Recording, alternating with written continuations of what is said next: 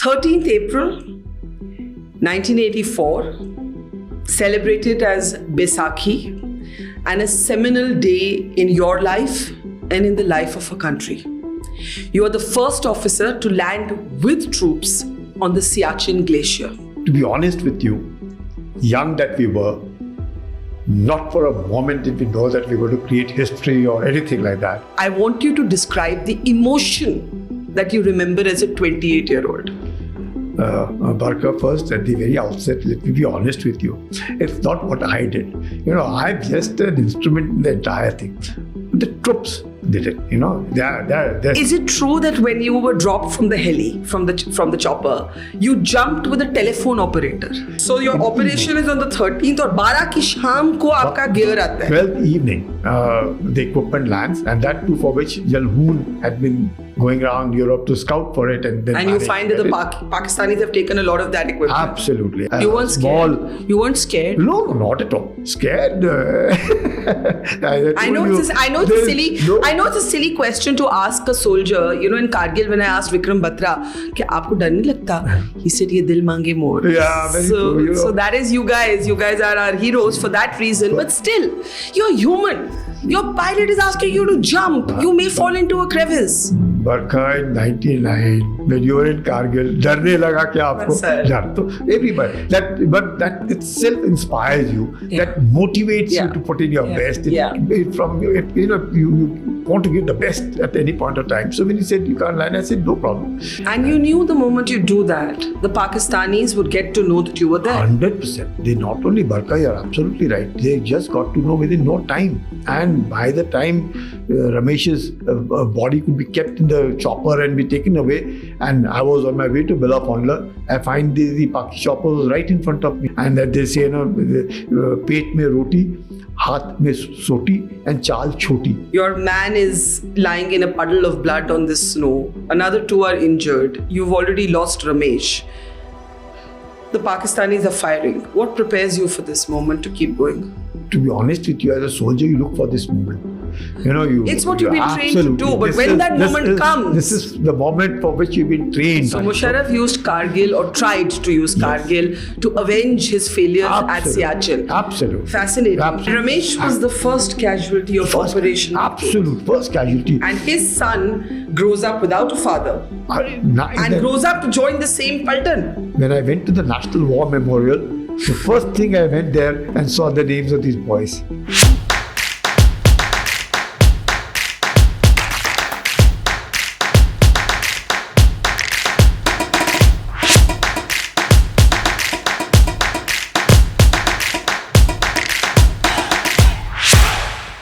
April 1984, celebrated as Baisakhi, and a seminal day in your life and in the life of a country. You are the first officer to land with troops on the Siachen Glacier. That moment, can you describe that moment? You were a young captain. How old were you, sir? I was 28 years old, Barkha. Do you remember that moment? Firstly, thank you, Barkha, to be on your show. It's an honor, sir. It's an honor. To be honest with you, young that we were, not for a moment did we know that we were going to create history or anything like that. It was part of a task that was given to us, for which we were preparing. We'd been there earlier in 82, 83, and 84, of course. You'd been there as recce's. Well, part of recce stayed on the glacier, because as part of the long-range patrolling on top of the glacier, because much of it was, we had heard a lot from Colonel Kumar, who was popularly called Bull Kumar, and his, experiences came handy to us. So I'll hold you there, because there are parts of our audience who will not know who Colonel Bull Kumar is. And I want to explain to them that Colonel Bull Kumar is the first officer who flags to the military that Germans who are on their way to an expedition, sanctioned and supported by the Americans, have quietly altered the map to show that Siachen is part of Pakistan. And so begins what came to be known as Operation Meghdoot. Now tell us. Barkha, you are knowledgeable. There's no denying the fact that It's right that the Americans did join point NJ9842 with Karakoram Pass. And that's what they call it, the Hudson's Line. And Colonel N. Kumar, since he was the commandant of the High Altitude Warfare School, he knew exactly how the LOC ran and what was the ceasefire all about. So he was definitely alarmed, and his own friend with whom he had gone earlier, and when he mentioned to him that he was going for a mountaineering and sponsored by Pakistan onto an area which was in Siachen Glacier, he definitely got alarmed, and he brought this to the notice of the army headquarters. Since he was from the Kumar regiment, I am from the Kumar regiment, and the Kumaunis were there. The chief of the army staff then was from Kumar regiment, General Raina. So he obviously had one-to-one relationship with the chief, and he told him, look, this is what is happening. So he told him, you better go and check with the director military operation. Those days, they used to call it director military operation. Jal Chibber was the director military operations. Obviously, when they saw all of it, they realized that yes, Pakistanis had done what they call the cartographic aggression. And slowly and steadily, they were wanting to assert that this... तो पहले map बदला. Absolutely. उसके बाद इरादा था कि कब्जा भी कर लो. बिल्कुल, इसमें कोई शक नहीं.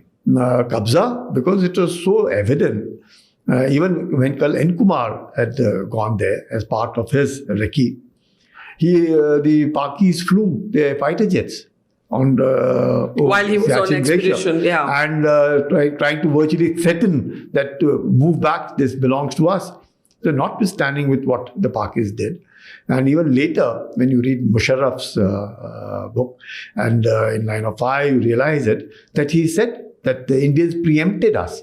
They were all set to have occupied the glacier before us in 84, for which they had gone scouting for mountaineering equipment. They bought all of it from Europe. And when General Hoon went there, he realized that the entire equipment, because this equipment which was required for us was coming from London. It was coming from Europe, and most of it from there.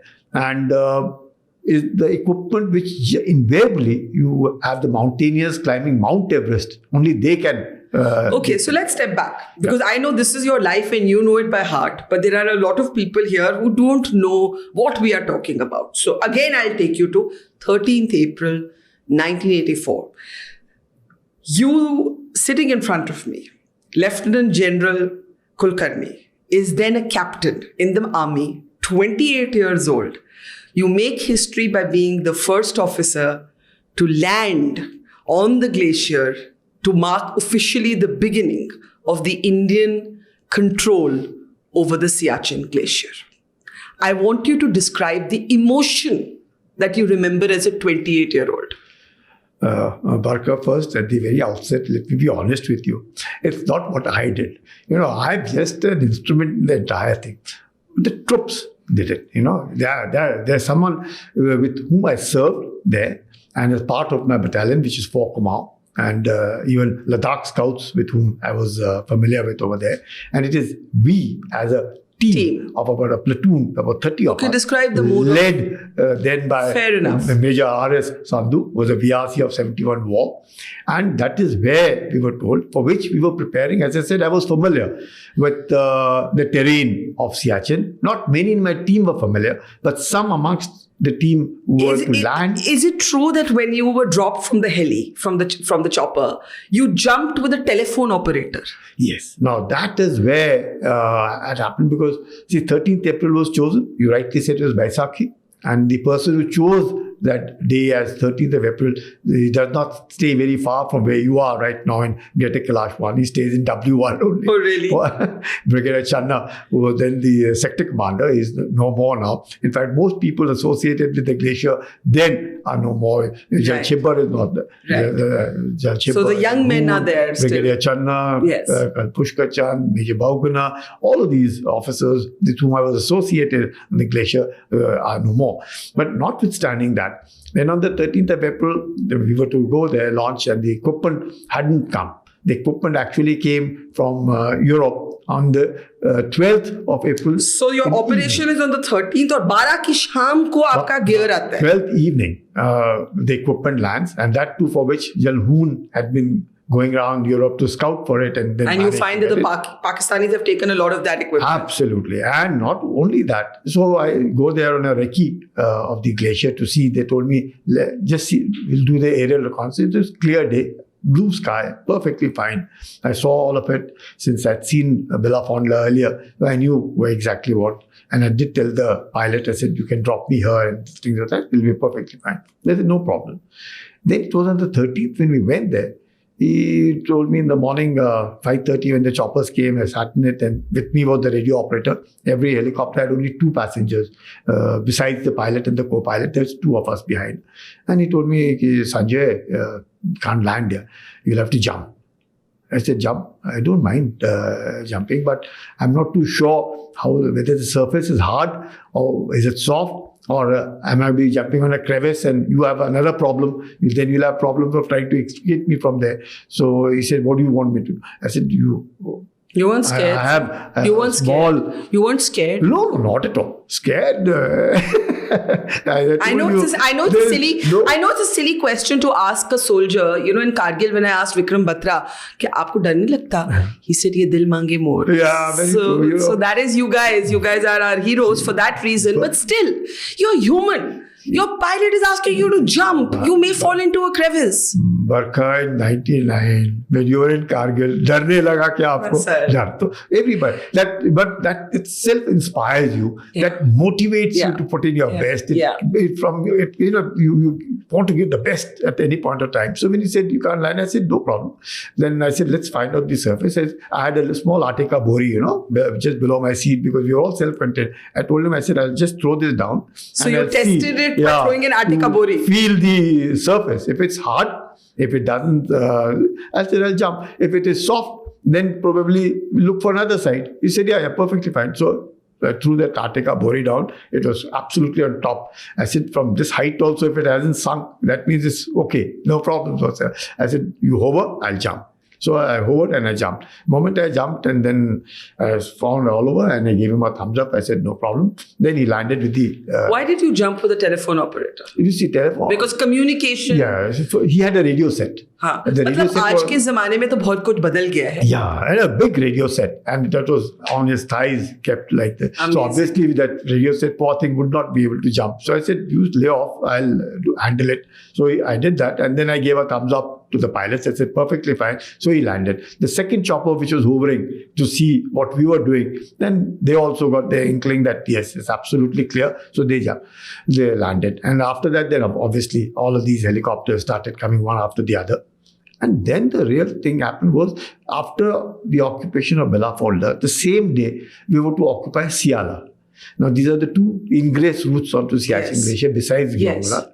So as luck would have it, or unfortunately, the weather turned bad around 11:30. Turned so bad. I think by the time the last sortie came in after that, blizzardous, unbelievable, blizzardous weather. Difficult to see. I said, Hari, what happened suddenly? What kind of a thing? And I was familiar with the terrain. I was familiar with the weather. I spent about 3 months there before, so I knew what it is all about. But I had never faced on this kind of very bad weather. But obviously, in the earlier encounters, I would be there in the month of August, September, and much later. Here it was April, which is very difficult because the Pakis could not come there in the month of April. Primarily because their co-commander had told them that Mausam bahut kharab hai. Yeah, you'll all die. And because in 83, they came on top of the glacier, but they had to be pulled back. The SSG couldn't stay there. So they pulled back. So they said, no question. They wanted to come on the glacier on the 1st of May, thinking they would surprise us. But you surprised them. You were quicker. Yeah. Now to come to what you were telling us. The weather turns and you lose a comrade. You lose somebody or somebody gets very ill and dies. Now, again, to give context, you had to do this very quietly. This was a secret operation. So you were actually instructed to keep your communication sets shut. But now you lose a man. What do you do, sir? See, that was something really challenging because radio silence was very essential. Yeah. Because without the radio silence, the Pakis obviously would get to know that there's some movement going on top of the glacier. And in fact, in the very about first hour, this radio operator of mine, Mandal, He started complaining of severe headache, a little later he said, I just can't move. So I knew that he was now suffering from what they call it is a high altitude pulmonary edema. He must be suffering. I said, don't worry, it can happen to anybody. You mustn't feel bad about it. I said, I'll send you back by the next sortie that comes, I'll send you back. Then that was okay, we sent him back. So now we were with the radio set, but no radio operator. And radio silence was there. But since we were dropped short of Belafondla, and we had to go to Belafondla, it took some time because the weather was very, very bad. And on the third day, I find that one of my boys who was with me in 83, he passed away last night, Ramesh Singh, good mountaineer, very nice boy. And I said, when I was walking, my company commander told me, Vapas. So now radio silence was still on. So obviously they had to shout, come back, come back. I said, what happened? Come back. I've just about gone a little while. And I said, when do you, they said, Ramesh. No more. And seemed difficult. I said, where is he? So I went and saw him in the tent. I think it was no more. I said, very sad. Felt bad because now what to do with him? So now it was only the third day. And we had been told radio silence for 5 days. And I said, then I told the company commander, I said, look, if you keep him in the tent, because every small pup tent had 3 boys in it. I said, it would rather be very inconvenient for the boys of them to stay, and we did not have a spare tent with us. All of us were fully... So I said, I can't keep Ramesh's body outside also. Neither can I. I said, let's open the radio set and inform that we've lost the boy. And you knew the moment you do that, the Pakistanis would get to know that you were there. 100%. They not only, Barkha, you're absolutely right. They just got to know within no time. And by the time Ramesh's body could be kept in the chopper and be taken away, and I was on my way to Belafondla, I find the Paki chopper was right in front of me. Then? And since the choppers also can't fly beyond 19,000 and 20,000 feet, obviously I was plus 18,000 sitting there, and I was eye-to-eye contact with the pilot. So he saw me, I saw him. You could see his face clearly? He took a U-turn and he left. So the surprise element that you hoped for was gone. Now, obviously, the Pakis knew that the Indians are on top of the glacier. And we knew that they know that we are here. So then? Now the whole thing started off. So we had the first firing incident which took place in April. Then the attack by them on Belafondla which took place on the 23rd of June, 84. And we subsequently later, Bana got his Paramveer Chakra 23rd of June 1987. So the 23rd June is the longest day. So since it's the longest day, you have a daylight for extended almost till 8:30 in the evening. Until almost 8:45, you can still see everything. So just to get the chronology, by 13th April, Indian troops are on Siachen. Yes. You lose a man, I think if I'm not wrong, on the 17th of April. You open the radio sets. The Pakistanis now know that you're there. The first full-scale attack by the Pakistanis comes on the 23rd of June. What happens then? See, but that attack was on the 23rd. But before that, on the 17th of April, because now that the surprise was lost, the occupation of Siala was important. Because only Belafondla was important. La means a pass. Yes. So the Belafondla, one of the passes to Siachen Glacier, had been occupied. But the other pass also had to be occupied. The third one, that is Gyeongla, could be occupied a little later than when we saw the Pakistani movement. But notwithstanding that, we had the first firing that took place from Pakistan side was around, it's the same month of April. I think it was around the 23rd of April, the firing, just the firing. They're trying to tell us that we are here. And we know, obviously we were occupying heights, so we could see them there. But maybe they're wanting to tell us that, look, we are sitting right in front of you, almost 4 or 5 kilometers away at a place called Ali Brangza. That is where they were. So it was okay with us. But 23rd June, they did, it was a real attack because 22nd June in the afternoon, I could hear them fire. So I thought they were, probably testing their weapons. And 22nd June, they fired in the evening with their mortars. So that was the first indication that something we should expect from their side. And 23rd June in the morning, my sentry came and told me, ki sahab, dushman. I said, dushman? At 4:30 in the morning, he said, 4:30 in the morning. 4:30. Sentry comes and says, Saab dushman. Saab dushman. I said, किसने बोला? He said, Chanchal duty पर है और चंचल ने कुछ काला काला उसको नजर आ रहा है बर्फ के ऊपर एंड हरकत हो रही है. So I said, okay, tell. As the first thing I told my chap, I said, come on, occupy the trenches. Now, in the trench occupation, also the day previous, that is on the 22nd of June, there was a boy called, we used to call him Jalandhria. He was Kumaoni, but he has spent a lot of time in Jalandhar. So he was popularly called among the troops Jalandhria. So he walked up to me. I told him, you better dig your trench. He said, "Main thak gaya. I am not going to go beyond this. But I assure you in the morning stand to, when you come, it will be done." So I said, arguing at that height and difficult, I could probably feel that he must be tired. I said, okay, do it tomorrow morning, doesn't matter. But ensure that at stand 2, please clear up your trench. They said, no. Now, on the morning, when Chanchal informed the patrol leader, and he was all around that, I told him, I said, occupy the trenches and let's get in over there. So when we were occupying the trenches, the Pakis, by this time it was maybe around 4:45. In the first light, everything was now clearly visible as to what it is. The first shot fired was on Chanchal's head. So Chanchal got knocked out and died on the spot over there. So I said, okay, now that this firing has started, we better be careful about it. So we were already in our trenches. Now the Pakis were moving up. It's not so easy in mountains to climb up, occupy the heights, and then be able to fight it out. So we were already occupying the heights. So there was no question. Well, when you are climbing up, it's very difficult to look back. You can't look back because then you get tired. You're only looking up and trying to go. And that they say, pet mein roti, haath mein soti, and chal choti. So you have to just look down and keep climbing up. The Pakis couldn't do it, obviously. Then we were firing at them. So they were firing. But what happened to Chanchal? Chanchal died. And then Chanchal, instantly? Yeah, immediately. How did you get to know? He was shot. He was right in front of us only. We were all together in the post. And since he was standing on the, you watched him occupying. Yeah, as soon as he was shot, blood all over the glacier. Then we could see that the entire thing was red, and the poor thing was no more. And 2 more of my boys got injured, one on the leg, the other on the arm. So I said, okay, it doesn't matter. But what trains you for such a moment? For such a moment when you're seeing, I'm imagining this glacial white snow, frozen, minus 50 degrees. You're at heights between 18,000 to 20,000 feet.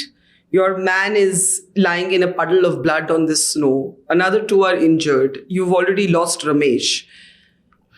The Pakistanis are firing. What prepares you for this moment to keep going? To be honest with you, as a soldier, you look for this moment. It's what you've been trained to do. But when that moment comes... This is the moment for which you've been trained, all along to ensure that at no point of time, and you can only do at this time is encourage and motivate your men. Ensure that you don't lose and you have to kill the enemy. And they were killing them. And that is the reason why then the Pakis had to pull back and withdraw from there. And thereafter, I don't think... This is which date? This is 23rd of June, 1984. So would you say this is the first battle? First battle for Bela at Siachen. On Siachen, first battle for Bela, because that was the place. Yes. And how Bela also again, because in 1983, we had seen rappers over there on top of Bela. So we knew this was a route which was invariably used by the mountaineers, whom the Pakistanis were sponsoring to come onto the Siachen glacier. So hold your narration for a moment to tell people who don't know what is Siachen. We are talking about the world's highest battlefield. कहने को तो आसान है minus 50 degrees. What does it actually mean? What does it do to your fingers? What does it do to your food? What does it do to your going to the loo? What does it actually mean? Siachen, as the name would suggest, is fantastic. Very beautiful name. Rose garden. वहाँ कोई फूल नहीं है. Now you do find some few roses, wild roses in the snout of the glacier. Yes. But to be given that name of a rose garden, that's quite a irony. Yeah, absolutely irony. Now, besides this, I would tell you, First, of course, is the wind chill factor. Yeah. Temperatures drop -50. Maybe the temperatures may be just about -25 at that point of time. But when winds are blowing at over 100 kilometers feels an like hour, -50. and the visibility is poor, and it's started snowing, the wind chill factor brings down the temperatures to -50, -60 degrees, and that becomes very tough. Anything which you hold, any iron thing that you hold will stick to you. Anything that you catch, but that is why wearing gloves is very essential. Wearing goggles is very essential because you get snow blindness. Covering your face is very important. Otherwise, you'll get chilblains, frostbite. Very difficult. You can't talk. All of your face is completely covered with snow. So you have got to have a balaclava, which is ensuring that you don't the proper clothing. Clothing is very important because the down clothing. Down means feathers from birds, which are otherwise. But ये सब था 1984. 1984 में Jalhoon got all of it buying from Europe, and it landed on the 12th of April. 13th of April we were to be inducted, and it landed on the 12th. How would you drink water? Now that is something perpetually we would have one hot stove, burning in every tent, and that stove was basically with to ensure that the snow is melted. At least in the morning you could have water, because if the water is there, then at least you keep drinking, because it's very important to drink water. Otherwise, constipation problems, Correct. headache. Not many people, despite all the badam and kajus and chocolates and orange squashes and everything, the best of food, and later the DRDO had made that ready to eat food also. You just have to put that thing into the boiling water, take it out and eat it, and have the best of everything. But you can't eat. Because? It's very difficult to eat, because somehow you don't want to see food, and you don't bathe. I did not take a bath for 90 days. So I was quite happy that way. No baths. So no shaving, nothing, absolutely. It's your spirit that makes light of it. Yeah. But it is inhospitable, unlivable. Inhospitable, yes. And that is why, in fact, it was never considered when the ceasefire line and the LOC subsequently was actually demarcated. क्योंकि किसी को ख्याल ही नहीं था कभी. What you just said is the most important thing, because the Karachi Agreement demarcated or delineated with only till point NJ 9842, Yeah. and it said thence northwards along the glacier. And the Pakistanis assumed Yeah, कि उनका है. that ambiguity, so-called ambiguity by the Pakistani, though it is very clear, NJ 9842, thence northwards along the glacier that was along the Saltoro ridgeline. But they drew a straight line which goes and hits the Karakoram Pass. So this triangle took Siachen as part of it. And meanwhile, in 63, Pakistan gifted to China the Shaksgam Valley, which is adjoining Siachen Glacier. So you find this Shaksgam Valley has been gifted to China. The Shaksgam Valley is adjoining the Siachen Glacier, on which the Pakistanis are eyeing to this thing. And now from the Shaksgam Valley comes the Khunjara Pass, through which comes the Karakoram Highway, and that Karakoram Highway joins this CPEC, China-Pakistan Economic Corridor, now goes to Gwada. So you see this kind of planning which has been going for years. You have a Karakoram Highway, which is about 1300 kilometers in length, joins the Indus Highway, which is another about 1200 odd kilometers. Then it joins the Makran Coastal Highway, which joins another 600 kilometers and goes to Gwada. So it's so interesting that you've actually linked Siachen in a way to the Gwadar port and the Chinese factor, the Chinese control over these places, because there has been a lot of debate by, let's say, global strategic affairs experts.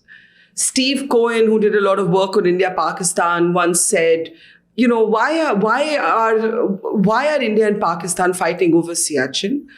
Why is India spending so much money, so many of its men risking their lives at Siachen? It's like two bald men fighting over a comb. India doesn't agree with this. You don't agree with this. You believe that there is, other than demonstrating Indian military might, you believe there is a strategic importance, and that has been borne out. See, it's very important. First and foremost, because Pakistan can't be trusted. That's a very important thing. Much that you would want to agree on an agreement that, okay, it's inhospitable, and you pull back and we pull back. That even if you pull back, it's very difficult to reoccupy such these great heights. And much that India did tell them, come on, certify your AGPL, tell us where your actual ground position is and tell where your troops are. They don't want to do that. So it's impossible. I don't think at some point of time I did hear, and even Mr. Shyam Saran also wrote about it in his book, saying that there were talks of pulling out and making it into a peace garden and things of those kinds. That doesn't work out with Pakistan because you can't trust them, because reoccupying these heights is a big, very, very difficult. We have the shadow of Kargil. We now have Ladakh militarized. So I don't see this Secondly, you find that the entire Tibetan plateau and the Ladakh in the region are all water storage. The glaciers are water storage. So if not today, tomorrow you'll have water wars. You are bound to have, because water is what it will guide. If today it's oil, tomorrow it will be water, because you can't survive without water. You may survive without oil, but you can't survive without water. So water is something which and control. All these glaciers are the from where the rivers originate. So you have the Nubra originating, you have the Shyok originating, you have all the water joining the Indus. So it's something that's a water storage. So that is the thing.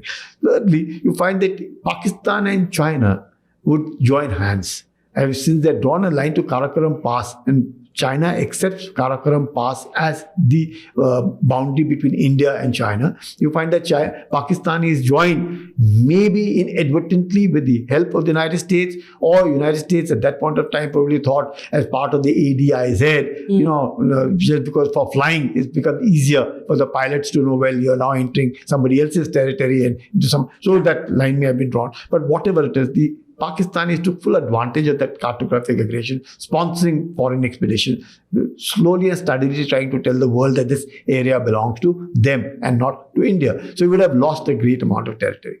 Now, if you see what's happened with China and the way Chinese are being assertive and aggressive, and military coercion being applied by them in eastern Ladakh, Arunachal, since our troops have actually got such fantastic training at these great heights on the Siachen Glacier, you find that the Chinese troops are on the back foot, because our troops are fully acclimatized. They know how to handle at 18,000 feet, 20,000 feet. It doesn't bother them. But can I ask you, when you look back at your time there, in terms of, high altitude sickness, physical sickness is one aspect, but mental fortitude is even more important. And, you've spoken about how you kept your troops' morale up, like Jalandhariya, who said, "Aaj main thak gaya sahab," right? And then there's the Pakistanis sitting right there. How did you manage the mental health dimension, the mental strength dimension? See, Barkha, what happens, what you just said, physical fitness, yes, that's one part of the whole thing. The mental robustness also comes, and more than anything else, you are the only officer there. And you have 30 men, sometimes they may go up to about, say, 50 odd men. That's all that this thing. And I would ensure at that point of time, because since they were all from my battalion, some of them from my battalion, some of them from some other battalion, and things of those kind. And again, at that point of time, so I told them, I said, look, they knew where my tent was. I was also staying in a two-man pup tent. They were also staying in a pup tent. So the living, clothing, eating, everything was same. There was no difference between my living and their living. It was identical. And I told them that at any point of time, every 1 hour, at night or during day. First, during day I would be with you. At night also I'll try and be with you. But should I not be with you, every 1 hour you will come and report to me in my tent. And say Ram Ram. And you will say Ram Ram, Jai Hind, say Sat Sri Akal, whatever you want to say, and you feel it convenient. I have to know please if you're come safe. And tell me and wake me up. And I said, if I don't reply back, please see whether I'm dead or alive, because I must reply back to you. And every 40 minutes they would come and do that ritual. So that was okay. And that is how on the 23rd of June, when the chap came to me, I wasn't sleeping. Because even if you're lying, when somebody comes and says, "Saab Dushman," you say, kya ho gaya? Kahan pe hai? Yeah. So you know how to react, to tell your troops what to do. Otherwise, you de-slumber, you get up and you're totally shaken up. How did Siachen change you? Well, I would say Siachen was a real acid test for a soldier. Everybody in the army today, if you ask me, loves Now you had the women officer also go and stay on top of the Siachen. My one complaint or my one regret is मैं अभी तक गई ये आप गए नहीं उधर है कि कारगिल में कारगिल हाइट्स चढ़ लिया बहुत कोशिश किया लेकिन अभी तक फौज ने Now I understand the government has opened that for tourism and you can go and as part of at least up to a point. up to the base camp and beyond. So you find that why do we say that the lady officer has, that means now she's proved herself that she is no less, that she can withstand these kind of temperatures, she can stay and live. But as a 28-year-old, what did it teach you to be? See, what happens again,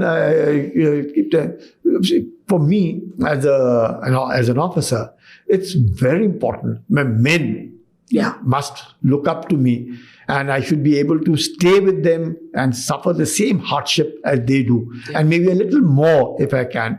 Because most of the time our men are actually the source of inspiration. Yes. They are the ones who are doing it because you're only one. There's so many in number. And you find somebody is climbing or walking and you can't be telling yourself ki, I'm tired or I won't do it. People who say that, it's not worth it. ऐसे भी लोग होते हैं जो कहते हैं, भाई, it's not worth it. The casualties are from the avalanches, from the weather, from the frostbite. Why are we doing this? Why are we doing this? What would you say? See, we do it because you're trained for it. That's the first thing. The training is, and then once you're trained, you ought to be self-motivated also. It's very important to be self. And then the men themselves are a source of inspiration. And that is something, when you find that somebody in your team and the entire platoon or a company is doing it, you can't be behind. You have to be ahead. So you have to lead. The test of your mettle in the army today is Siachen serving. Well, see, you have to lead your men. And how long is a typical tenure? Everybody has to stay, generally. कितनी देर? About 90 days, 3 months. तो आप जितनी देर वहाँ रहे आप नहाए नहीं? नहाया मैं बिल्कुल भी सवाल ही नहीं पैदा But you were there at a critical point. You were, unleashing Operation Meghdoot, which in a way is still an ongoing operation. वो खत्म ही नहीं हुआ कभी operation. Musharraf, a few years later, surfaces and tries to take Siachen from the Indians. Tell us about that. Musharraf was a brigadier then? See, I'll tell you what he writes in his book, In the Line of Fire. He was a colonel who was posted in their military operations direction. And that was the time when he knew what was going on top of Siachen. This is referring to his 82, 83, 84. That was the time when he was there in the military operations directorate of Pakistan. And he says he wasn't inspired by a senior who didn't seem to be a very good motivator to him. And he was finding it very frustrating. But notwithstanding that, he did know that something is going on at Siachen. And he himself being an SSG from the Special Services Group, a commando, though he was from artillery, but a commando that he was very proud of, he thought they would, he knew what was going on, but nothing much had happened. He had seen this part of the Karakoram highway after 71 war. After 71 war, he had probably driven on the jeep or something. He said it took him many days and weeks. And he also mentioned that the places below Siachen on their side of the Saltoro ridgeline, they could climb in one day. It would take us about 6-7 days to reach the heights of the Saltoro ridgeline. It would be for one. But notwithstanding that, despite their corps commander wanting that their men must not die on top of the glacier, they had this in mind that it could be much later because the Indians invariably came in the month of August, July, and they would be a surprise. Musharraf always felt, that is why he launched Kargil operations, that when he became a brigadier subsequently and he launched continuous attacks as brigade commander of the SSG on the glacier, that's where Bana got his Paramveer Chakra in 1987, that all his best efforts, he could not even have a foothold. Siachen to bhul jao. So even on the Saltoro ridgeline. So that is where he felt humiliated, probably felt bad that that SSG, that commando thing that he always thought that he was, number one and nobody could beat him. He had lost the plot. And subsequently, when he became the chief of the Pakistan army, That is where he then planned. So you mean Kargil was in a way a shadow of his failure at Siachen? Absolutely. And again, those are the plans which he only resuscitated, because those plans were there, I understand, even Ziaul-Haq's time.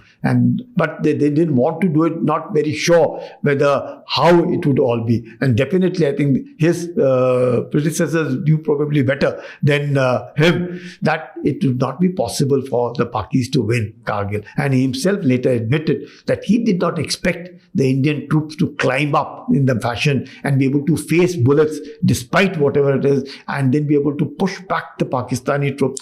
He did not admit that they were Pakistani. So Musharraf used Kargil, or tried to use Kargil, to avenge his failures at Siachen. Absolutely. Fascinating. Absolutely. And he tried to reverse it, because in Kargil he thought by having the heights, by having control of the heights, he would be able to defeat our troops. Yeah. But of course, there were some... And it's rightly so, very difficult. I want to ask you something. When you were telling me about Ramesh, who your comrade, who you lose as you land on Siachen a couple of days later, and you don't just leave him there, right? You could have just left him there and said, मैं अभी क्या करूं? मैं war type situation में हूं. You don't do that, because the Indian army doesn't do that. Now you contrast that with Pakistan, that didn't take the bodies of its soldiers back in Kargil. The last rites of those soldiers were performed by the Indian army. Nothing actually, no moment, I think, speaks more powerfully about the ethos of the Indian military than that moment that you are performing the last rites of your adversary. When you juxtapose these two, you saying, I'm going to open my phone line, risk my life and the lives of my men, but no man can be left behind in this way. Absolutely. And the Pakistanis who don't take their men, who had died, their bodies back. See, you've experienced that in 99. Yes. You were in Kargil and you saw how the Pakistanis disowned their men. But then despite that, I would say, our troops, you can't leave them behind. Whatever it is, they've given their life. And like Ramesh was with me in 83, in 84. Yeah. And I must tell you, he was later decorated with Kirti Chakra, posthumous. And during the investiture ceremony, when I met his wife, a young girl, maybe just about 21 or 22, with a small baby, about 8 months old baby in arm, with a father-in-law, again, ex-Kumaoni, father of hers, also a Kumaoni, both of them over there, and an 8-month-old baby. Now, this lady, obviously 21, maybe even younger, didn't know what was happening around her. And investiture ceremony in Rashtrapati Bhavan, then subsequently been ushered into having a cup of tea with the chief of the army staff, then Jal Vaidya. So all that, I could see that this girl really doesn't know what's happening. And that little baby in arm, 8 months, he doesn't even know what's going on. And you find father-in-law and the father, conducting her everywhere, wherever it is ushered. We were all put up in Lodi Hotel for the investiture ceremony, like that. And years later, almost about 16, 17 years later, I get a call from Ramesh's brother, who was working in a bank, saying that मैं रमेश का भाई बोल रहा हूँ. And if you recollect Ramesh, I said, of course, Ramesh को कौन भूल सकता है? कैसे भूल सकता है? Possible. I said, his son, if you recollect, he was there during the investiture ceremony, has grown and he wants to join for Kumaon. I said, that's beautiful. I said, fantastic. I said, what is his mother doing? He said, she is not married after that and has only taken care of this little baby who's now grown up. And he is now in Kumaon in the same company that his father was, in the Bravo company. And that is where the mother, they didn't marry again. The little one brought up. And when he turns man, he says, now to join Kumaon. This is something unbelievable. What a story. And what would have inspired him, fabulous. How he would have seen the hardship, that how it was without the father. The government takes care of your financial needs. There is no denying the fact, because the family would continue to get the last pay drawn by the husband till as if he's in the army. And even subsequently, presuming that he would have retired at the age of 40, the pension that comes to him would be almost the last pay drawn again. So that financially, the family is taken care of.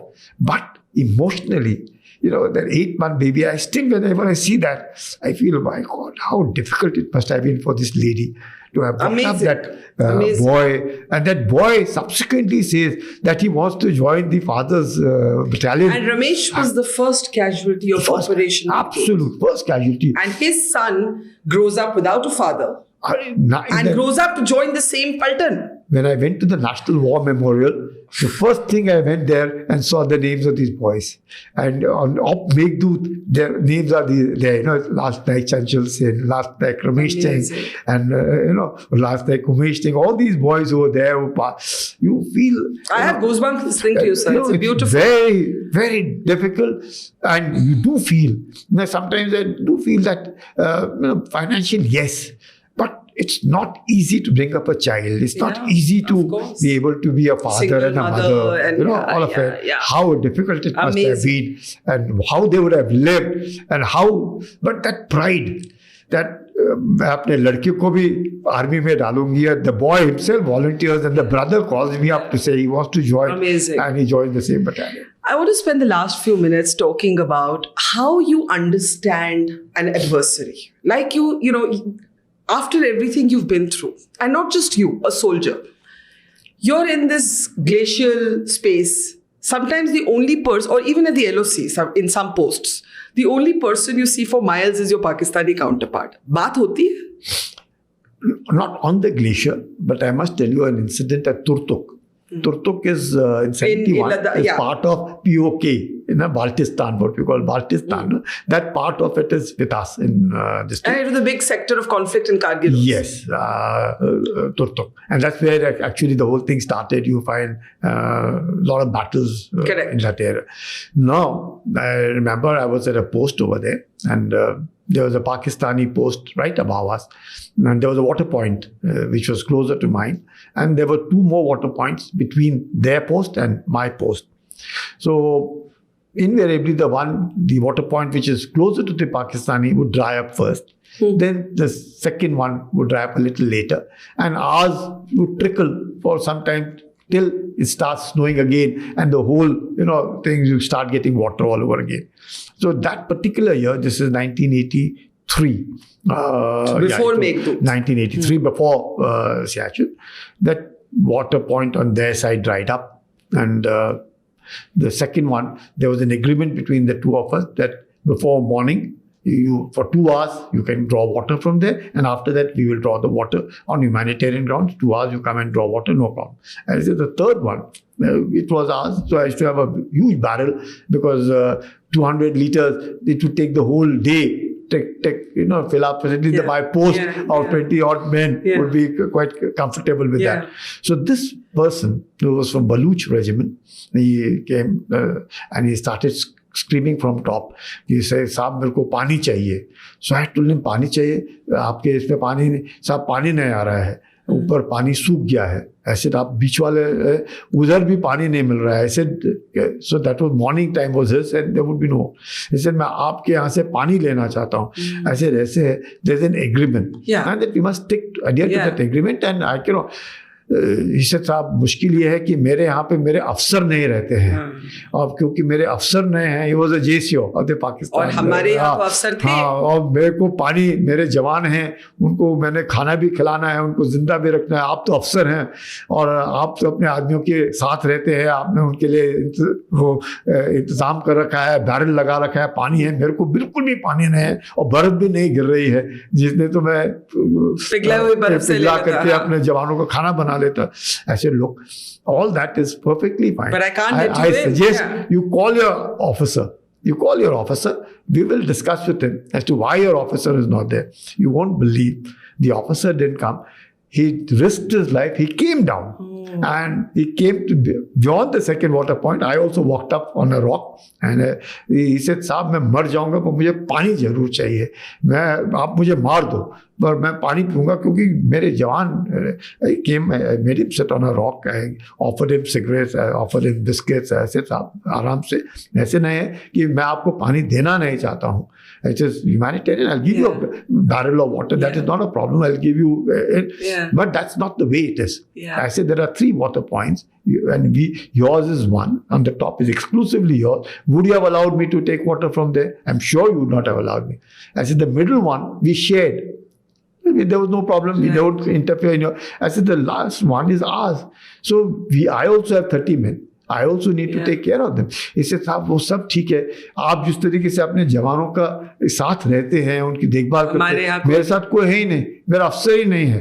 तो आप ये सोचिए sir कि उनके general साहब billionaires हैं और हमारे तो यहाँ यूनिफॉर्म की प्यार और मोहब्बत में फौज में है. See, that is why, Barkha, you realize that despite we having killed the soldiers, we gave them the last breath. We ensured that we told them that please carry these bodies from here, wrapped up in the Pakistani flags. Not that they were just thrown away, not the way they did to what they did to Kalia. Not like that. We were very respectful because he's a soldier. He fought for his country. He died. So be it. Anybody can die. Nothing very distinct. Amazing stories. I hope you're writing a book. Are you writing a book? You've got to write a book. I think you have to write a book. You've got many more stories. We could talk for hours, but I must close with just one question. What does the uniform mean to you?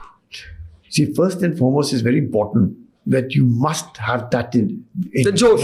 The Josh, Jaspa, the desire and the ability to be able to live with your men.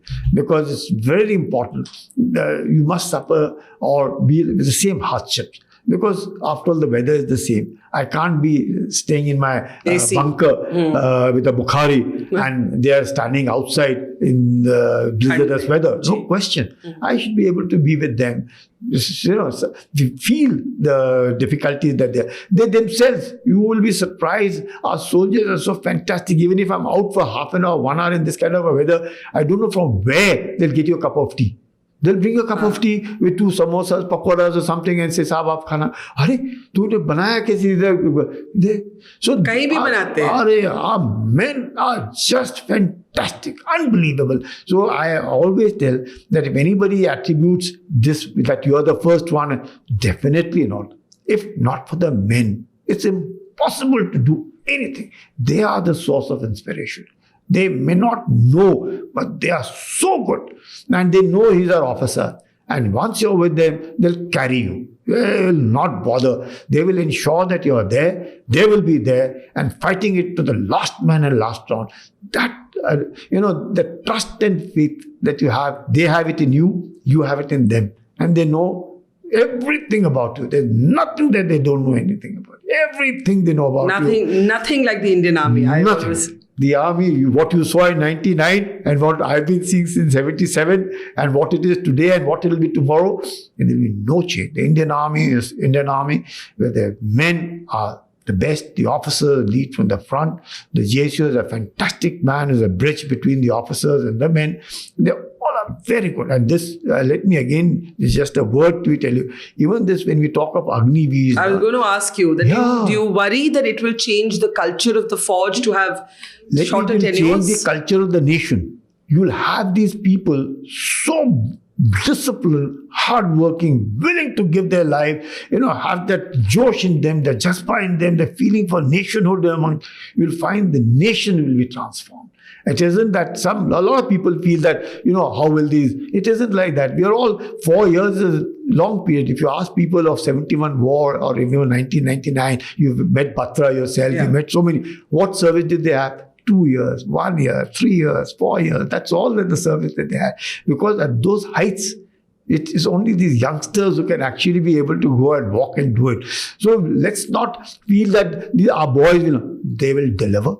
Well, to the youngster who was the first officer to land with his troops on Siachen Glacier, we thank you, Lt Gen Kulkarni, for your service and for speaking so passionately even today. Thank you, sir. Thank you very much, Barkha. Grateful to you. God bless you. Jai Hind. Jai Hind, sir.